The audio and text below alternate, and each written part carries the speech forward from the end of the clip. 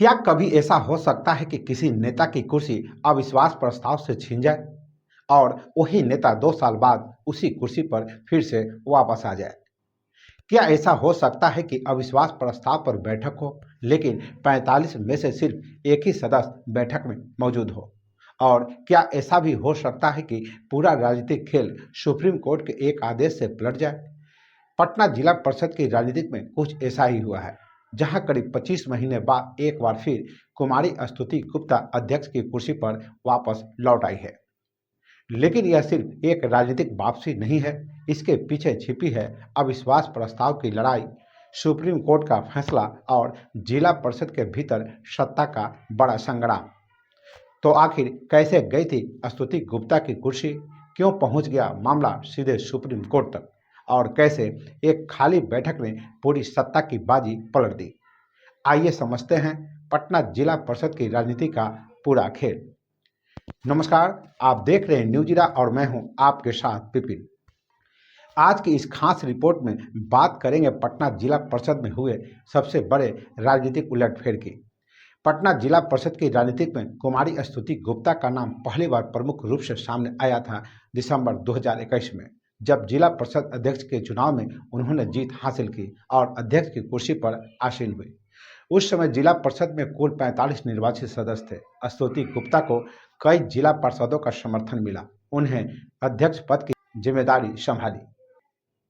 उनके कार्यकाल की शुरुआत काफी उम्मीदों के साथ शुरू हुई। उनका कहना था कि जिला परिषद के माध्यम से ग्रामीण विकास, सड़क, शिक्षा, स्वास्थ्य और पंचायत स्तर की योजनाओं को तेजी से लागू किया जाएगा।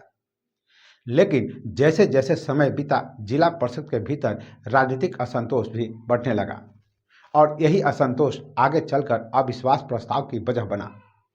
पटना जिला परिषद की राजनीति में सबसे बड़ा मोड़ आया 10 फरवरी 2024 को। उस दिन कुमारी स्तुति गुप्ता के खिलाफ अविश्वास प्रस्ताव लाया गया। अविश्वास प्रस्ताव का मतलब होता है कि परिषद के सदस्य अध्यक्ष के नेतृत्व पर अपना भरोसा खत्म होने की बात कहते हैं। अगर बहुमत सदस्य इस प्रस्ताव के पक्ष में वोट करते हैं तो अध्यक्ष को पद छोड़ना पड़ता है। उस दिन जिला परिषद की बैठक बुलाई गई, लेकिन इस बैठक में स्थिति काफी विवादित रही। बताया जाता है कि कुल 45 सदस्यों में से केवल 22 सदस्य बैठक में मौजूद रहे। वोटिंग से पहले अध्यक्ष स्तुति गुप्ता बैठक से बाहर निकल गई। इसके बाद अविश्वास प्रस्ताव पर वोटिंग कराई गई। बताया गया कि 21 सदस्यों ने मतदान किया, इसमें से 19 ने अविश्वास प्रस्ताव के पक्ष में वोट दिया, जबकि 2 वोट अमान्य घोषित कर दिए गए। इसके बावजूद अविश्वास प्रस्ताव को पारित घोषित कर दिया गया और इसी के साथ स्तुति गुप्ता को अध्यक्ष पद से हटा दिया गया। लेकिन यहीं से शुरू हुआ एक लंबा कानूनी विवाद। अविश्वास प्रस्ताव के बाद कुमारी स्तुति गुप्ता ने इस पूरी प्रक्रिया पर सवाल उठाए। उनका कहना था कि बैठक में आवश्यक संख्या में सदस्य मौजूद नहीं थे, फिर भी अविश्वास प्रस्ताव पारित कर दिया गया। इसी को लेकर मामला सुप्रीम कोर्ट पहुंच गया। सुप्रीम कोर्ट में यह सवाल भी उठा कि क्या बिना पर्याप्त संख्या में सदस्यों की मौजूदगी के अविश्वास प्रस्ताव पारित किया जा सकता है। सुनवाई के बाद सुप्रीम कोर्ट ने एक महत्वपूर्ण अंतरिम आदेश दिया। कोर्ट ने कहा, अविश्वास प्रस्ताव पर मतदान तभी वैध माना जाएगा जब कुल निर्वाचित सदस्यों में से कम 2/3 सदस्य बैठक में उपस्थित हो। इसके अलावा प्रस्ताव तभी पारित माना जाएगा जब कुल निर्वाचित सदस्यों में से आधे से अधिक सदस्य उनके पक्ष में मतदान करें। पटना जिला परिषद में कुल 45 सदस्य हैं। इसका मतलब यह हुआ कि अविश्वास प्रस्ताव पर चर्चा के लिए कम से कम 30 सदस्यों की उपस्थिति जरूरी थी। सुप्रीम कोर्ट के इसी आदेश के बाद पूरे मामले की दोबारा समीक्षा की गई और यही आदेश आगे चलकर स्तुति गुप्ता की वापसी की वजह बना। सुप्रीम कोर्ट के निर्देश के बाद पंचायती राज विभाग ने नया दिशा निर्देश जारी किए हैं। इसी के आधार पर मंगलवार को एक बार फिर अविश्वास प्रस्ताव पर चर्चा के लिए एक बैठक बुलाई गई। यह बैठक पटना समाहरणालय स्थित विकास भवन के मुख्य सभागार में आयोजित की गई। बैठक की अध्यक्षता जिलाधिकारी डॉक्टर त्यागराजन एसएम ने की। बैठक का समय तय किया गया दोपहर 12 बजे। प्रशासन की ओर से बैठक के लिए कड़े सुरक्षा इंतजाम भी किए गए। विकास भवन परिसर में 6 दंडाधिकारी और करीब 50 पुलिसकर्मियों की तैनाती की गई। लेकिन बैठक शुरू होने के बाद जो हुआ उसने पूरी तस्वीर ही बदल दी। बैठक के लिए कुल 45 सदस्यों को बुलाया गया था, लेकिन जब बैठक शुरू हुई तो वहां सिर्फ एक सदस्य मौजूद थी और वह थी कुमारी स्तुति गुप्ता। बाकी के 44 सदस्य बैठक में नहीं पहुंचे। जिलाधिकारी और अधिकारी लगातार माइक से घोषणा करते रहे कि सदस्य बैठक में आए। लगभग 1 घंटे तक इंतजार किया गया, लेकिन कोई सदस्य सभागार में नहीं पहुंचा। नियमों के अनुसार बैठक के लिए कम से कम 30 सदस्यों की उपस्थिति जरूरी थी।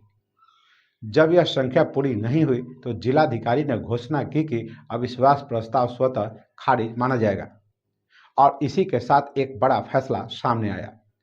स्तुति गुप्ता की वापसी अविश्वास प्रस्ताव गिरते ही जिलाधिकारी ने घोषणा की कि कुमारी स्तुति गुप्ता दोबारा पटना जिला परिषद की अध्यक्ष होगी। इस घोषणा के साथ ही करीब 2 साल बाद स्तुति गुप्ता ने फिर से अध्यक्ष पद की कुर्सी संभाल ली। प्रशासन ने देर शाम प्रेस बयान जारी कर उनकी बहाली की पुष्टि की। जैसे ही यह खबर फैली, उनके समर्थकों में खुशी की लहर दौड़ गई। बैठक खत्म होने के तुरंत बाद स्तुति गुप्ता के समर्थक काफी उत्साहित नजर आए।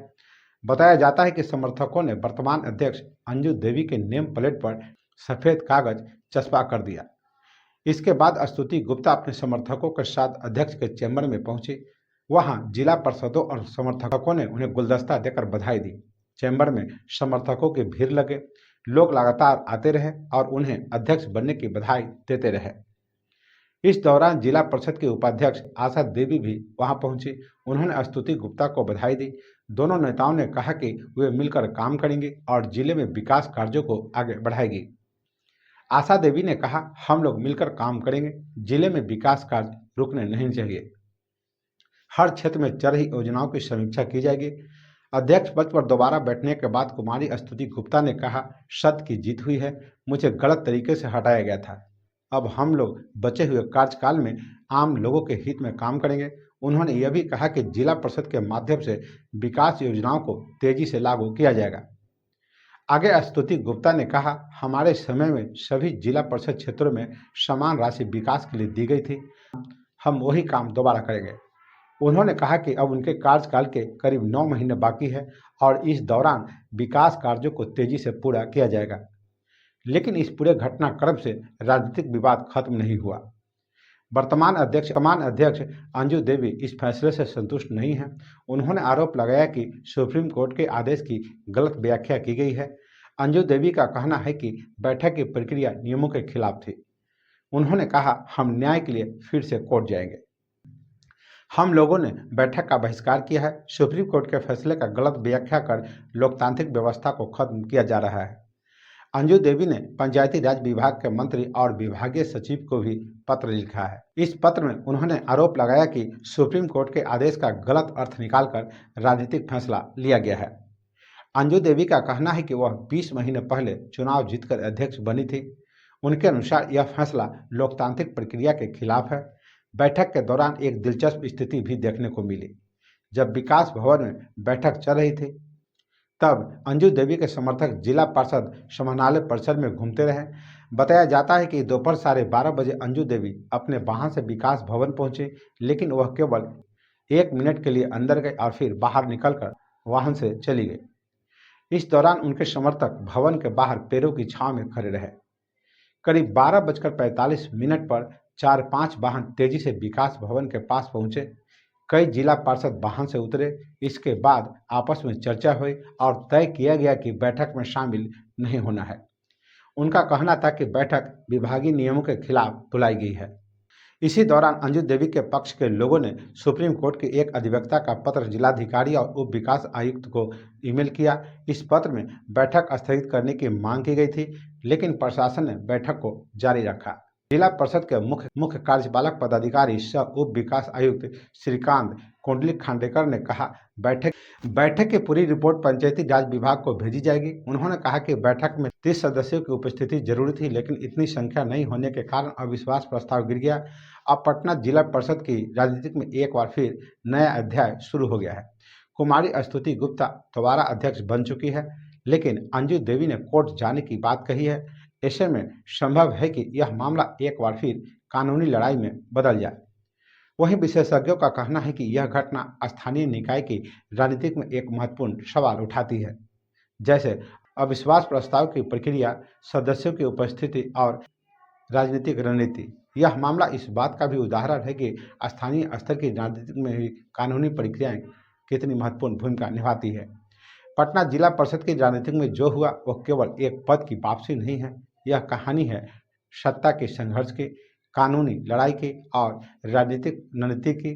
जहां 25 महीना पहले जिस अविश्वास प्रस्ताव ने स्तुति गुप्ता की कुर्सी छीन ली थी, आज उसी प्रस्ताव की प्रक्रिया उनकी वापसी का कारण बन गई। अब यह देखना होगा कि क्या यह विवाद यहीं खत्म होता है या फिर एक बार फिर कोर्ट और राजनीति के गलियारों में नई लड़ाई शुरू होती है।